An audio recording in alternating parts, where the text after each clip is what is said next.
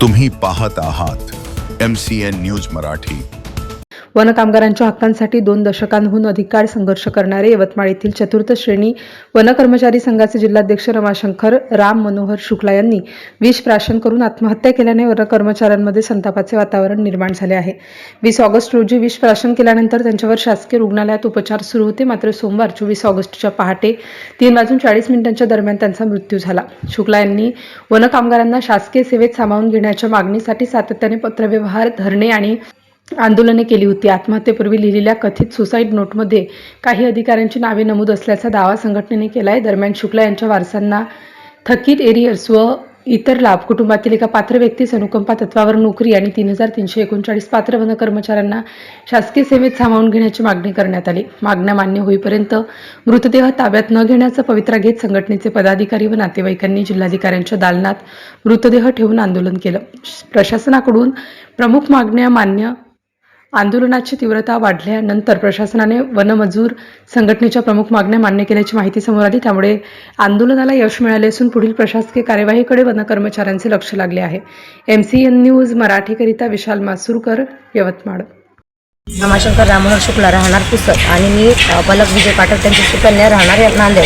माझ्या पप्पांनी 19 तारखेला पुसदवरून घरून निघाले मम्मीला सांगून की मी 20 तारखेला वन विभागाला चाललो आहे यवतमाळमध्ये, कारण त्यांनी सध्याला वन कंत्राटी मजूर म्हणून काम करत होते सामाजिक वनीकरणमध्ये, आणि त्यांनी चतुर्थ वनश्रेणी कर्मचाऱ्यांचे जिल्हा अध्यक्ष होते यवतमाळचे। तर त्यांनी गेल्या 20 वर्षापासून लढा देत आहेत। त्यांच्या 3,339 वन कामगारांना कामामध्ये सामावून घ्या यासाठी गेल्या 20 वर्षापासून लढा देत आहे। परंतु 19 वेळा पत्रव्यवहार करून सुद्धा पत्रव्यवहाराचं जे आन्सर होतं ते त्यांनी फक्त पत्रव्यवहार देऊन सोडवला, बाकी त्याच्यावर काही ॲक्शन केली नाही। आणि गव्हर्नमेंटच्या GR नुसार एकदा GR आला होता 1996ला काहीतरी, मला डेट्स तेवढे कन्फर्म माहीत नाही पण त्याचे प्रूफ्स आहेत 1996ला, आणि एकदा GR आला होता 2012मध्ये की जे उर्वरित कामगार आहेत त्यांना कायम स्वरूपी सेवेमध्ये कायम करून घ्या।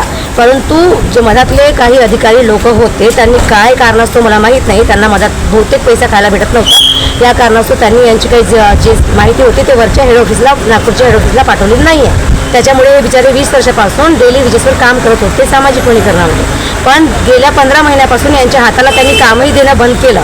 जे आमचे पुसदचे 4 लोक आहेत ज्यांच्या नावाने चिठ्ठी टाकून माझ्या पप्पांनी सुसाईड केलेली आहे, ते लोक आहेत मडवी, आणि एक आहे प्रणिता पारधी, एक आहे चिकणे आणि एक आहे कुंभरे। या लोकांनी ज्या लोकांवर अन्याय केलेला आहे, त्याच्यामुळे मी आज माझ्या पप्पांचा शेवटची इच्छा होती की मी दिवस रात्र 20 वर्ष यांच्यासाठी झटलेलो आहे, तर मला मुलगा नाही पण माझी मुलगी म्हणून तू माझी शेवटची इच्छा पूर्ण कर आणि माझ्या लोकांना न्याय मिळवून दे। जोपर्यंत मला काही लिखितमध्ये भेटत नाही तोपर्यंत माझ्या शवाला अंतिम संस्कार करू नको, यासाठी आम्ही आज कार्यालयासमोर आलो होतो। आणि आमचे जे जिल्हा अधिकारी साहेब होते यवतमाळचे, त्यांनी भरपूर सहकार्य केलं। त्यांनी आश्वासन न देता त्यांनी लिखितमध्ये माझ्याकडून हिअरिंगची डेट घेतली आहे। मी जी डेट देणार त्या डेटवर त्यांनी त्या चौघांना ज्यांच्यावर आमचे आरोप आहेत त्यांना बोलवून त्यांनी सगळी चौकशीची माग केली आहे। त्यांनी निष्पक्षपणे मागणी करणार आणि मला न्याय मिळवून देणार असं आश्वासन दिलं।